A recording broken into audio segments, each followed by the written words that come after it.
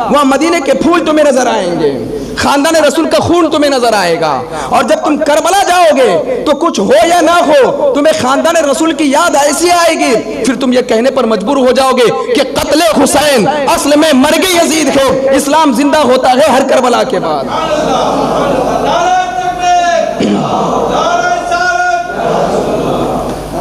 تو یہ حارث دونوں بچوں کو لے کر کے گیا، دونوں بچوں کے سر کو، تو عبیداللہ ابن زیاد نے جب یہ دیکھا تو غصے سے لال پیلا ہو گیا کہ یہ تو نے کیا کر دیا، اب تیری یہی سزا ہے کہ ہم بھی تیرے سر کو تن سے جدا کر دیں گے، قبل اس کے کہ یزید کوئی بہت بڑا فرمان جاری کر دے۔ ہم یزید سے کہہ سکتے ہیں کہ جس نے ہماری اجازت کے بغیر ان دونوں شہزادوں کے سر کو تن سے جدا کر دیا، ہم نے اس کے سر کو بھی تن سے جدا کر دیا ہے، اور سر کو تن سے، ظلم کا بدلہ ظلم سے ہی لیا جاتا ہے، دنیا میں ہی ہو گیا۔ یہ دولت کے نشے میں چور تھا، یہ دولت حاصل کرنا چاہتا تھا، لیکن ایک بات ہمیشہ یاد رکھنا، تم اگر دنیا میں کسی پر ظلم کرو گے ایک دن تمہیں اس کا بدلہ ضرور چکانا پڑے گا، اس کا بدلہ ضرور چکانا پڑے گا۔ اگر تم نے اپنی طاقت کا غلط استعمال کیا ہے ایک وقت ایسا آئے گا اللہ تمہاری طاقت کو چھین لے گا۔ اگر تم نے اپنی قوت کا غلط استعمال کیا ہے ایک وقت ایسا آئے گا کہ تم معذور ہو جاؤ گے۔ اور ہم نے اپنے ماتھے کی آنکھوں سے دیکھا ہے، ہم نے اپنے ماتھے کی آنکھوں سے دیکھا ہے، بڑے بڑے مالدار تھے، آج کوئی ان کو پوچھنے والے نہیں ہیں، لیکن ایک وقت ہے بڑے بڑے غریب لوگ، آج اللہ کے فضل و کرم سے وہ بڑے عہدوں پر بیٹھے ہوئے ہیں۔ ہم نے دیکھا اپنے ماتھے کی آنکھوں سے، بڑے بڑے طاقتور تھے، لیکن آج پوزیشن ایسی ہے کہ ان کو کوئی پوچھنے والا نہیں ہے، ان کی اولاد سے کوئی گفتگو کرنے والا نہیں ہے۔ اس لیے ایک بات ہمیشہ یاد رکھنا، کما تدین تدان، تم جیسے کرو گے تمہارے ساتھ ویسا کیا جائے گا۔ اگر تم طاقت کا غلط استعمال کرو گے تو اللہ تمہیں دنیا میں بھی عذاب چکھائے گا اور آخرت میں بھی تمہیں اس کا بدلہ دیا جائے گا۔ اور حارث کے ساتھ بھی یہی ہوا، اس کے سر کو تن سے جدا کر دیا گیا۔ یہ رسول کریم صلی اللہ علیہ وسلم کے گھر والے کس طرح ایک کے بعد دیگر شہید کر دیے گئے، ان کا قصور کیا تھا، ان کی غلطی کیا تھی؟ کچھ بھی نہیں نا، کیا کیے تھے؟ اب تک آپ کو اگر خاندان رسول کا کوئی قصور نظر آیا تو مجھے بتاؤ، ان کی کوئی غلطی نظر آئی تو مجھے بتاؤ، کچھ بھی تو نہیں۔ اور ادھر سے امام حسین رضی اللہ تعالیٰ عنہ کو کوئی خبر نہیں، آپ کو کچھ پتا نہیں۔ پہلا والا خط آپ نے دیکھا کہ کوفہ کے حالات بہت اچھے ہیں، گھر والوں کو خوشخبری سنا دی کہ مسلم نے اچھی خبر دی ہے، چلو ہم چلتے ہیں۔ اور اب نکلے، منزل بمنزل نکلے، قصیدہ پڑھتے ہوئے نکلے، امام حسین رضی اللہ تعالیٰ عنہ قرآن کی تلاوت کرتے ہوئے نکلے، امام حسین رضی اللہ تعالیٰ عنہ۔ اور یہاں پر رک کر کے میں آپ کو کہنا چاہوں گا، اگر واقعی آپ حسینی ہیں اور اگر آپ سفر پر نکل رہے ہیں تو گانا سنتے ہوئے نہ جانا، نعت مصطفیٰ گنگناتے ہوئے جانا۔ اگر آپ سفر پر نکل رہے ہیں قرآن کی تلاوت کرتے ہوئے نکلنا۔ کربلا کے میدان سے ہمیں یہی درس ملتا ہے، وہاں پر وہ نعت مصطفیٰ گنگناتے تھے، حمد خدا گنگناتے تھے، قرآن مجید کی تلاوت کیا کرتے تھے۔ آج ہمارا نوجوان اگر کہیں سفر پر نکلتا ہے، کہیں گھومنے کے لیے نکلتا ہے، کان میں ایئر فون لگا لیا، گانا سنتے ہوئے۔ اور کتنے ایسے نوجوان ہیں جو بائک چلاتے ہوئے کان میں ایئر فون لگا کر کے گانا سنتے ہوئے جاتے ہیں، اور پیچھے سے بڑی گاڑی یا کوئی گاڑی ہارن بجاتی تو اس کو آواز بھی نہیں آتی، اور یہ گانا سنتے سنتے دنیا سے چلے جاتے ہیں۔ کیا ایک مسلمان کو ایسا ہونا چاہیے کہ گانا سنتے سنتے وہ دنیا سے جائے؟ اللہ رسول کی بارگاہ میں کون سا منہ لے کر کے جاؤ گے؟ ارے مسلمان کی کیفیت تو یہ ہونی چاہیے، حضور مفتی اعظم ہند فرماتے ہیں، میں سو جاؤں یا مصطفیٰ کہتے کہتے، کھلے آنکھ صلی اعلیٰ کہتے کہتے۔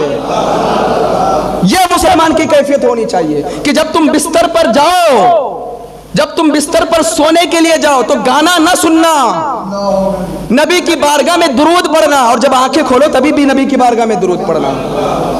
یہ ہے اہل بیت اطہار سے محبت کرنے والوں کی کیفیت۔ امام حسین رضی اللہ تعالیٰ عنہ نکلے، قرآن کی تلاوت کرتے ہوئے نکلے امام حسین رضی اللہ تعالیٰ عنہ،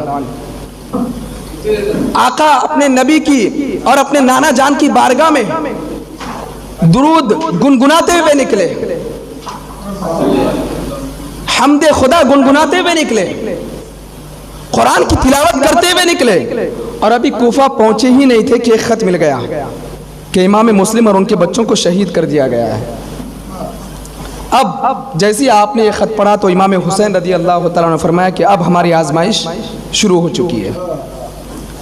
تو یزید نے تو ایک کام کر دیا تھا کہ کوفہ میں شہادت ہو گئی ہے نا۔ اب دوسرا آرڈر یزید نے یہ دیا کہ حسین کو کوفہ پہنچنے سے پہلے روک لیا جائے، کوفہ میں حسین کو داخل ہونے نہ دینا، کیونکہ ابھی جتنے کوفی ہیں یہ اگرچہ کہہ رہے ہیں کہ ہم یزید کے ساتھ ہیں، لیکن وہ سب دل سے محبت کرنے والے حسین سے ہیں۔ وہ طاقت ہماری قوت کی وجہ سے، وہ پیچھے ہٹے ہوئے کہ ایسا نہ ہو کہ حسین کوفہ چلے جائے اور حسین کی بہادری شجاعت کو دیکھ کر کے پھر یہ سارے کوفی حسین کے ساتھ ہو جائے۔ کسی بھی طرح حسین کو کوفہ جانے سے روکنا ہے۔ اور جیسے ہی یزید نے یہ فرمان جاری کیا تو ابن زیاد نے 1000 کا لشکر حر بن یزید کے ساتھ بھیج دیا کہ جاؤ راستے میں، کوفہ آنے سے پہلے ہی ان کو روک دینا۔ امام حسین کو روکا گیا کہ آپ کوفہ نہ جائیں۔ آپ نے کہا کہ ٹھیک ہے، ہم کہیں اور چلے جاتے ہیں، کوفہ نہیں جائیں گے تو یا تو ادھر جائیں یا تو ادھر جائیں۔ تو ہر طرف جانے سے روکتا رہا، ادھر بھی مت جاؤ، ادھر بھی مت جاؤ، ادھر بھی مت جاؤ، ادھر بھی مت جاؤ، یہاں تک کہ محرم کا مہینہ شروع ہو گیا۔ ذی الحجہ میں نکلے تھے، محرم کا مہینہ شروع ہو گیا۔ پھر ایک وقت ایسا آیا کہ حر نے آپ کو ایک میدان میں اترنے پر مجبور کر دیا کہ یہاں پر اتر جاؤ۔ امام حسین رضی اللہ تعالیٰ نے پوچھا کہ یہ کون سی جگہ ہے جہاں پر میں اترا ہوں؟ یہاں تو کوئی آبادی نہیں ہے، کوئی گھر نہیں ہے، کوئی انسان یہاں نظر نہیں آ رہا ہے، یہ جگہ کون سی ہے؟ تو حر نے کہا کہ یہ کربلا ہے۔ تب امام حسین نے کہا کہ میں نے اپنے نانا جان، اپنے ابا جان اور امی جان سے سن رکھا تھا کربلا کے بارے میں کہ میری آزمائش کی جائے گی۔ آپ بیٹھ گئے، خیمہ لگ گیا آپ کا، اور محرم کے دن شروع ہو گئے۔ 7ویں محرم جیسی 7ویں محرم آیا، محرم کی 7 تاریخ جیسی آئی تو امام حسین رضی اللہ تعالیٰ عنہ نے کہا اپنے حر سے کہ دیکھو میں لڑنے جھگڑنے نہیں آیا ہوں، میں 2 آپشن دیتا ہوں، یا تو مجھے گھر جانے دو یا پھر یزید سے ملاقات کرنے دو۔ یزید سے ملاقات کر کے ہم اسے یہ کہیں گے ہمارا مقصد خلافت سنبھالنا نہیں ہے، بس انہوں نے خطوط بھیجے تھے ہم آ گئے، یا تو پھر ہمیں گھر جانے دو۔ حر بن یزید نے اس کے لیے بھی منع کر دیا کہ نہیں، آپ کو یہیں رکنا، یہی قیام کرنا ہے۔ اب ابن زیاد جو کوفہ میں تھا اس نے دیکھا کہ 7-8 دن ہو گئے، ابھی تک کوئی فیصلہ نہیں، کوئی رزلٹ نہیں، اور حر بن یزید کی گفتگو کچھ زیادہ ہی امام حسین کے ساتھ ہو رہی، تو اس نے خط لکھا، حر بن یزید کے پاس خط لکھا کہ کیا بات ہے بھائی، مجھے ایسا لگ رہا ہے کہ تمہاری دوستی کچھ زیادہ ہی امام حسین کے ساتھ ہو رہی ہے، کچھ زیادہ ہی تم اس کے ساتھ گھل مل گئے ہو، میں نے تم کو بات کرنے کے لیے نہیں بھیجا، سختی کرو امام حسین پر، ان کے گھر والوں پر سختی کرو۔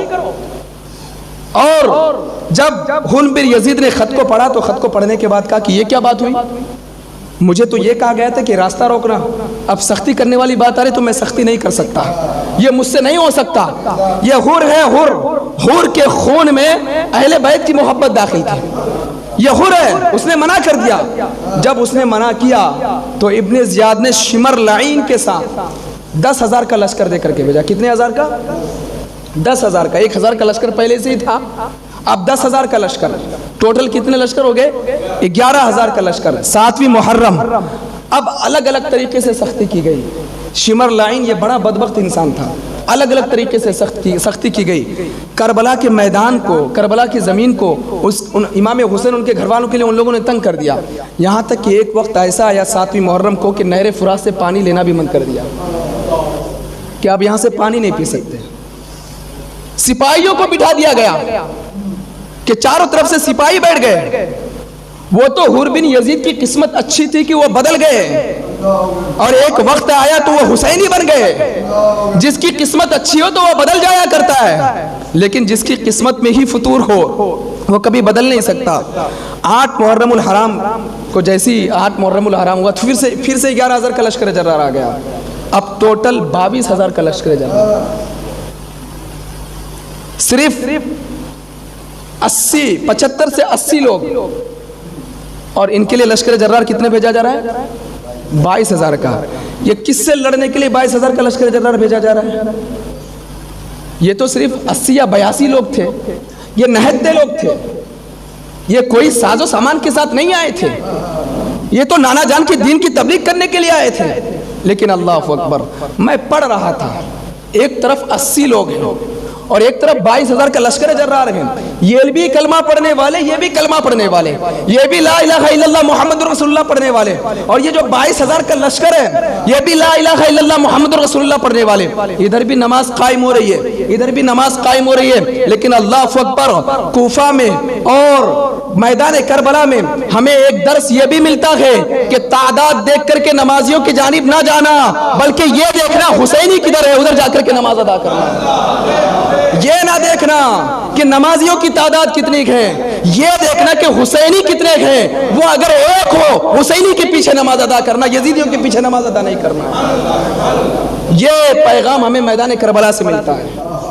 آج بہت سارے لوگ تعداد دیکھ کر کے کہتے ہیں کہ امام کے پیچھے جائیں گے. بھائی تعداد تم کو مبارک ہو، ہم یہ دیکھتے ہیں کہ یہ امام حسین سے محبت کرنے والا ہے کہ نہیں ہے، آل رسول کی محبت اس کے دل میں ہے کہ نہیں ہے. اگر ہے، اگر اس مسجد میں 2 آدمی بھی نماز پڑھے گا، ہم اس کی اقتداء میں نماز پڑھیں گے. لیکن اگر کوئی اہل بیت سے بغض رکھنے والا ہو، آل رسول سے بغض رکھنے والا ہو، اللہ کے رسول کے لیے دل میں عداوت رکھنے والا ہو، اگرچہ اس مسجد میں ہزاروں لوگ پڑھتے ہو، ہم اس مسجد میں نماز جا کر کے نہیں پڑھیں گے. یہ پیغام ہمیں میدان کربلا سے ملا. تو سیدنا امام حسین رضی اللہ تعالیٰ عنہ بھی نماز پڑھتے. 8ویں محرم کو امام حسین رضی اللہ تعالیٰ عنہ نے جو ہے اپنے ایک سوچا کہ میں تھوڑا یزیدیوں کو سمجھا دیتا ہوں، کہیں ایسا نہ ہو کہ وہ لوگ حجت بنا لے، دلیل بنا لے کہ ہمیں امام حسین نے سمجھایا ہی نہیں تھا. تو آپ نے 8ویں محرم کو یزیدیوں سے خطاب فرمایا. 8ویں محرم کو ایک مرتبہ درود مبارک کا پڑھیں.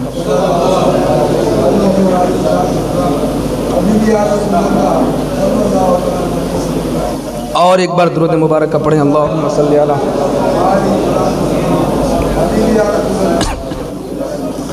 8ویں محرم کو آپ نے یزیدیوں سے خطاب فرمایا کہ اے لوگو، میں اس گھرانے سے تعلق رکھنے والا ہوں جن کے گھر میں بلا اجازت جبریل امین نہیں آتے. میں فاطمہ کی گود میں پلا ہوں، میں نے فاطمہ کا دودھ پیا ہے، میرے باپ کا نام علی مرتضیٰ ہے، میرے نانا کا نام محمد الرسول اللہ صلی اللہ علیہ وسلم ہے، میرے بھائی کا نام حسن مجتبیٰ ہے، میرا خاندان کافی عظیم ہے. میں وہی ہوں، میں وہی حسین ہوں کہ جب کبھی مجھے من کرتا تو اپنے نانا جان کی دوش پر میں سوار ہو جاتا، اپنے نانا جان کے زلفوں کے ساتھ کھیلا کرتا، جب مجھے بھوک لگتی تو اپنے نانا جان کی زبان مبارک کو میں چوستا. میں وہی حسین ہوں. کیوں میرے خون کے پیاسے ہو؟ مولا کی بارگاہ میں کیا جواب دو گے؟ کل بروز محشر تم اللہ کی بارگاہ میں کیا جواب دو گے؟ جب آقا کائنات علیہ الصلوۃ والسلام تمہارے سامنے ہوگی، تم کون سا منہ لے کر کے جاؤ گے؟ آپ نے ایک خطبہ دیا، اس میں سے کچھ کے دل بدلتے، کچھ کے دل نہیں بدلتے، لیکن جن کے دل بدل بھی جاتے ان کا وہی معاملہ رہتا کہ ڈر کے مارے وہ سامنے نہیں آتے. یہ سارا خطبہ سننے کے بعد حر جو اب تک یزید کی لشکر میں تھا، اس نے جب یہ خطبہ سنا، اس کی دل کی دنیا بدل گئی اور گھوڑے پر بیٹھا، اور گھوڑے پر بیٹھنے کے بعد اس نے گھوڑے کو آگے دوڑایا. تو ابن سعد نے یہ سمجھا کہ یہ ہماری طرف سے پہلا بندہ ہے جو حسینیوں سے مقابلہ کرنے کے لیے جا رہا ہے. ابن زیاد خوش ہو گیا اور ابن سعد بھی خوش ہو گیا. یہ پہلا بندہ ہے جو ڈرا کسی سے نہیں، ہماری اجازت کے بغیر حسینیوں سے لڑنے کے لیے چلا گیا. اور حضرت حر رضی اللہ تعالیٰ عنہ حضرت امام حسین کی بارگاہ میں گیا اور جا کر کے کہنے لگا کہ حضور، اگر میں توبہ کروں تو کیا مولا میری توبہ کو معاف فرمائے گا؟ امام حسین نے فرمایا کہ اللہ بڑا غفور الرحیم ہے، وہ توبہ کو قبول فرما لیتا ہے. کہا کہ بس میرے دل میں ان لوگوں کے لیے نفرتیں ہیں، میں ان کے ساتھ نہیں رہ سکتا. آپ آل رسول ہیں، آپ کے قدموں میں اپنی جان کو قربان کرنا چاہتا ہوں. میرے حسین نے فرمایا کہ تیری ماں نے تیرا نام حر رکھا ہے. حر کا مطلب ہوتا ہے آزاد. جا اللہ نے تجھے جہنم سے آزاد فرما دیا. اتنا سننا تھا. یہ حضرت حر رضی اللہ تعالیٰ عنہ پھر سے اپنے گھوڑے پر سوار ہو کر کے تلوار کو نیام سے نکالتے ہیں اور یزیدیوں سے مخاطب ہو کر کے کہتے ہیں کہ ہے کوئی جو مجھ سے مقابلہ کرے؟ تمہیں شرم نہیں آتی؟ تم آل رسول کے خون کے پیاسے ہو؟ تم اس فاطمہ الزہرا کے خون کے، لال کے خون کے پیاسے ہو کہ جنہوں نے فاطمہ کا دودھ پیا ہے؟ تم علی مرتضیٰ کے لاڈلے کے خون کے پیاسے ہو؟ یزیدیوں کو للکارا. کئی یزید آگے آئے، آپ نے کئی کو فنا فی النار کر دیا، اور فنا فی النار کرنے کے بعد چاروں طرف سے جب یزیدیوں نے آپ کو گھیر لیا تو حضرت حر رضی اللہ تعالیٰ عنہ کا سر تن سے جدا ہو جاتا ہے، آپ کی شہادت ہو جاتی ہے۔ میرے آقا حسین نے کہا اللہ اسے جہنم سے آزاد کرے۔ میرے آقا حسین نے کہا کہ اگر کسی جنتی کو دیکھنا ہے حر کو دیکھ لو، یہ جنتی ہے۔ اور پھر آپ ان کی لاش مبارک کو اٹھا کر کے لاتے ہیں اور خیمے کے پیچھے نماز جنازہ ادا فرما کر کے ان کو وہیں دفن کر دیتے ہیں۔ اب یہاں پر سیدنا امام حسین رضی اللہ تعالیٰ عنہ جو خطبہ بیان فرماتے ان کا دل کیوں نہیں بدلتا تھا؟ محدثین کہتے ہیں بڑی پتی کی بات میں آپ کو بتا رہا ہوں۔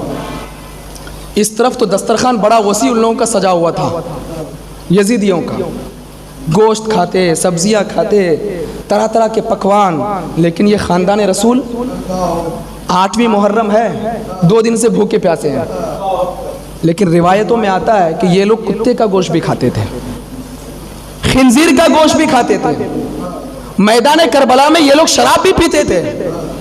محدثین لکھتے ہیں کہ آل رسول امام حسین مجتبی رضی اللہ تعالی عنہ کا خطبہ ان کے دن میں اثر اس لیے نہیں کر رہا تھا کیونکہ وہ حرام کا کھانا کھاتے تھے، حرام جانور کا گوشت کھاتے تھے۔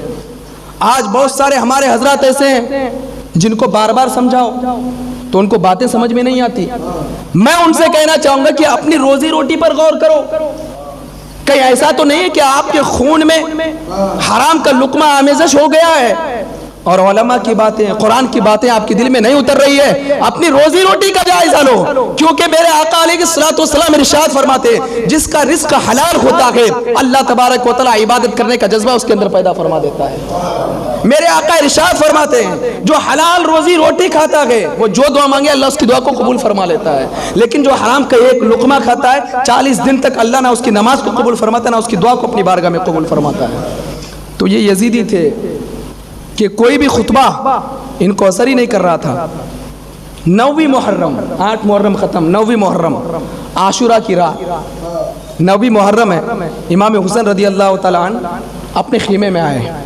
9ویں محرم خیمے میں آنے کے بعد آپ نے رات میں تھوڑی دیر عبادت کی، اس کے بعد جوان شہزادے 19 سال کے قاسم کو بلایا، 21 سال کے علی اکبر کو بلایا، اون و محمد ایک روایت کے مطابق 5 اور 6 سال کے تھے اور ایک روایت کے مطابق 8 سال یا 9 سال کے تھے، یہ دونوں ننھے منھے شہزادے تھے، ان کو بلایا، امام زین العابدین کو بلایا، یہ سب کے سب آئے۔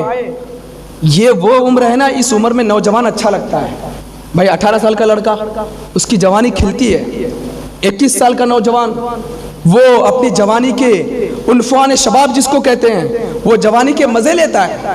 ماں باپ ان سے کافی امیدیں لگا کر کے رکھتے ہیں، ماں باپ کا جو خواب ہے ان کے ذریعے سے تعبیر ہوتا ہے، ماں باپ طرح طرح کی خیالات ان کے بارے میں سوچ کے رکھتے ہیں۔ اللہ اکبر، یہ نوجوان تھے خیمہ حسین میں، امام حسین رضی اللہ تعالیٰ عنہ نے ان کو بلایا۔ یہ جو عمر ہوتی نا 21 سال 19 سال کی، اس میں ماں باپ اپنے اولاد کے بارے میں سوچتے ہیں کہ عنقریب میرا لڑکا دولہا بنے گا، عنقریب میرے لڑکے کے سر پر پگڑی سجے گی، طرح طرح کی باتیں سوچتے ہیں۔ امام حسین رضی اللہ تعالیٰ عنہ نے ایسے دولہے تیار کیے تھے، خیمے میں موجود تھے، ان سب کو بلایا، ان کو سمجھایا کہ دیکھو ان کے معاملات میرے ساتھ ہیں، تمہارے ساتھ نہیں، ایک کام کرو تم لوگ یہاں سے چلے جاؤ، میں تنے تنہا ان سے لڑوں گا، جان جائے گی تو میری جائے گی۔ آپ نے ان نوجوان شہزادوں کو سمجھایا، ان کے جواب کیا تھے معلوم ہے؟ ہم جوان اس لیے نہیں ہوئے کہ ہم شادی کریں، ہم جوان اس لیے نہیں ہوئے کہ موج مستی کریں، اے آقا حسین ہم جوان اس لیے ہوئے کہ جب ضرورت پڑے تو نانا جان کی دین کے لیے اپنی گردن کو قربان کر دیں، کچھ بھی ہو جائے یہ گوارا ہے لیکن ہم آپ کا ساتھ نہیں چھوڑ سکتے ہیں۔ منع کر دیا سختی سے نوجوانوں نے۔ امام حسین رضی اللہ تعالیٰ نے دیکھا کہ 9ویں شب ہے عاشورہ کی شب ہے، 9ویں محرم، شہزادے نہیں مانے، عورتوں کو بلایا، خواتین کو بلایا، 9 سال کی سکینہ ہے، شہر بانو ہے، حضرت زینب ہے، ان کے بچے ہیں، ان کو بلا کر کے کہا کہ میری ایک بات مانو گے؟ خواتین نے کہا کہ حضور اب تک تو ہم نے آپ کی ساری بات مانی، آپ کی کسی بات کو ہم نے منع نہیں کیا، کسی بات سے انکار نہیں کیا، تو ہم آپ کی بات کیوں نہیں مانیں گے؟ بالکل مانیں گے، آپ ضرور فرمائیں کیا ہے؟ کہا کہ دیکھو وہ جو علی اکبر ہے، وہ جو قاسم ہے، اون و محمد ہے، یہ نوجوان شہزادے ہیں، میں نے ان سے کہا کہ چلے جاؤ، وہ جانے کے لیے تیار نہیں ہے، آپ ہی سمجھاؤ ان لوگوں کو اور آپ لوگ بھی چلے جاؤ۔ حضرت زینب رضی اللہ تعالی عنہ، ان کا جواب سنو۔ یہ زینب حضرت امام حسین رضی اللہ تعالیٰ عنہ کی بہن ہے۔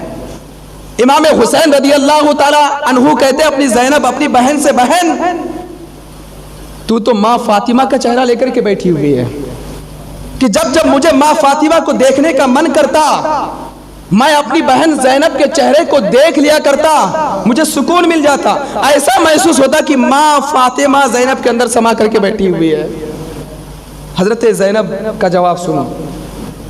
حضرت زینب کہتے بھائی جان بس یہ ایک بات ہے جو ہم آپ کی نہیں مانیں گے، اس کے علاوہ ساری باتیں مانیں گے، نہ ہم جائیں گے نہ شہزادوں کو جانے دیں گے۔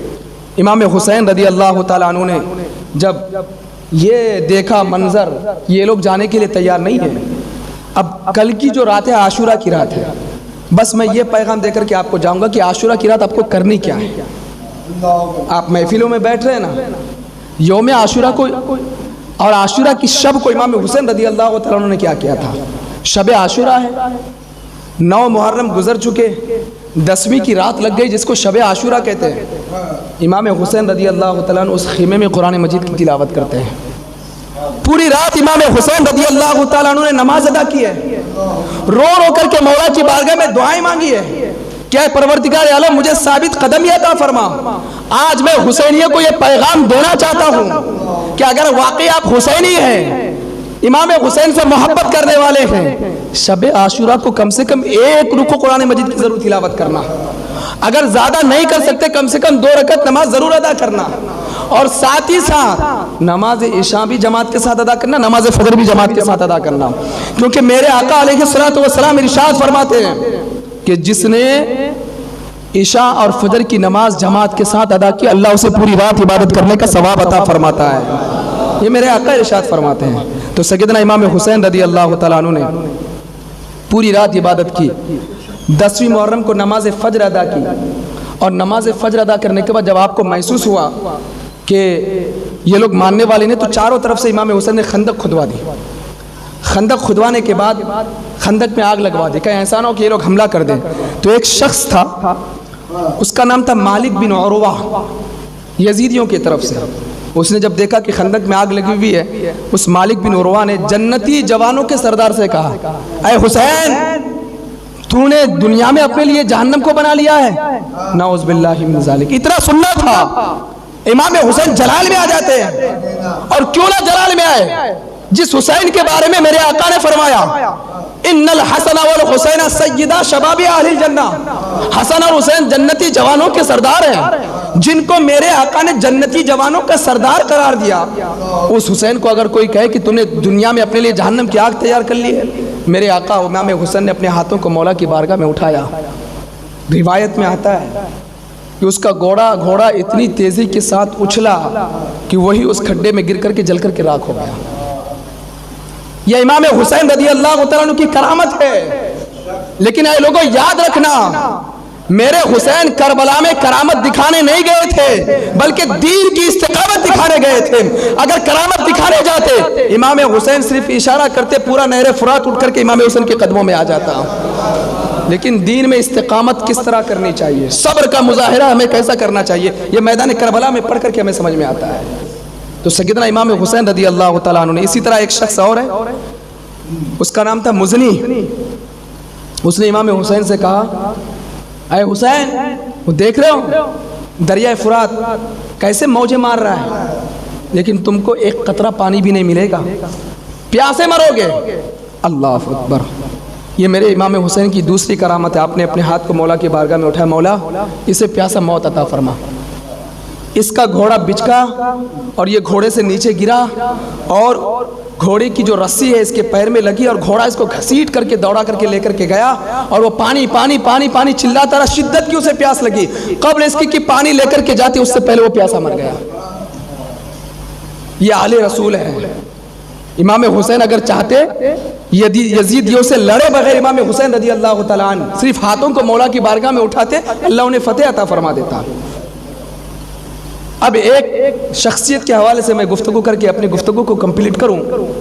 کربلا میں ایک شخصیت ہے جن کا نام ہے وہب ابن عبداللہ کلبی رضی اللہ تعالیٰ عنہ۔ یہ 18 سال کے نوجوان تھے، شادی کے فقط 17 دن ہوئے تھے۔ کتنے دن؟ 17 دن۔ انسان شادی کے پہلے والے مہینے میں خوب موج و مستی کرتا ہے نا۔ ان کی والدہ نے کہا کہ بیٹا تو گھر میں بیٹھ کر کے کیا کر رہا ہے؟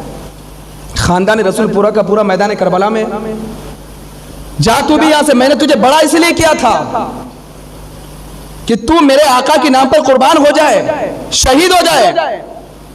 تو حضرت وہب بن عبداللہ کلبی کہتے ہیں کہ ایک بار مجھے اجازت دے، میں اپنی اہلیہ سے پوچھ لوں۔ نئی نویلی دلہن ہے۔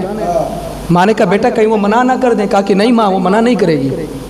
جا کر کے پوچھنے لگی وہ بیوی بھی کیسی بیوی تھی۔ کہا کہ یہ بھی کوئی پوچھنے والی بات ہے؟ آپ اگر رسول کے دین کے نام پر قربان ہونا چاہتے ہیں میری طرف سے اجازت ہے، بس ایک شرط ہے، جب آپ جنت میں جائیں گے تو مجھے بھی ساتھ لے کر کے جانا۔ اب یہ ماں اور بیوی دونوں اپنے شہزادے کو، بیوی اور ماں اپنے شہزادے کا ہاتھ پکڑ کر کے میدان کربلا میں آتی ہے وہب بن عبداللہ رضی اللہ تعالیٰ عنہ کو لے کر کے، اور کہتی ہے یہ میرا شہزادہ ہے، میں اسے آپ کے حوالے کرتی ہوں، آپ کے حوالے کرتی ہوں، کیونکہ میں نے مولا کی بارگاہ میں دعا کی تھی، مولا میں نے اسے کھلایا پلایا اسی لیے ہے تاکہ جب اسے ضرورت پڑے تو میں اس کا صدقہ تیری بارگاہ میں کر دوں۔ آج مجھے وہ موقع ملا ہے۔ وہب بن عبداللہ کلبی رضی اللہ تعالیٰ عنہ 18 سال کے نوجوان، 18 سال کے نوجوان، کڑیل نوجوان، اللہ اکبر، یہ گھوڑے میں بیٹھتے ہیں، پگڑی باندھتے ہیں اور ایک تلوار لے کر کے نکل جاتے ہیں۔ ماں نے ہاتھوں کو مولا کی بارگاہ میں اٹھایا، مولا یہ چھوٹا سا نذرانہ تو اپنی بارگاہ میں قبول فرما لے۔ ادھر بیوی سجدے میں چلی گئی، پروردگار عالم یہ میرے شوہر نامدار ہیں، میں یہ نذرانہ تیری بارگاہ میں پیش کرتی ہوں، مولا تو اسے قبول فرما لے۔ یہ 18 سال کے نوجوان نے وہ تلوار بازی کی، یزیدی کے لشکریوں میں گھس کر کے اس قدر یزیدیوں کے سر کو تن سے جدا کیا جیسے گاجر اور مولی کو کاٹا جاتا ہے، اس قدر سر کو تن سے جدا کیا، اور پھر جدا کرنے کے بعد پھر سے لوٹ کر کے واپس خیمہ حسین میں آیا، اور پھر سے ماں سے کہا کہ ماں میرے لیے دعا کرے کہ اللہ مجھے استقامت عطا فرمائے۔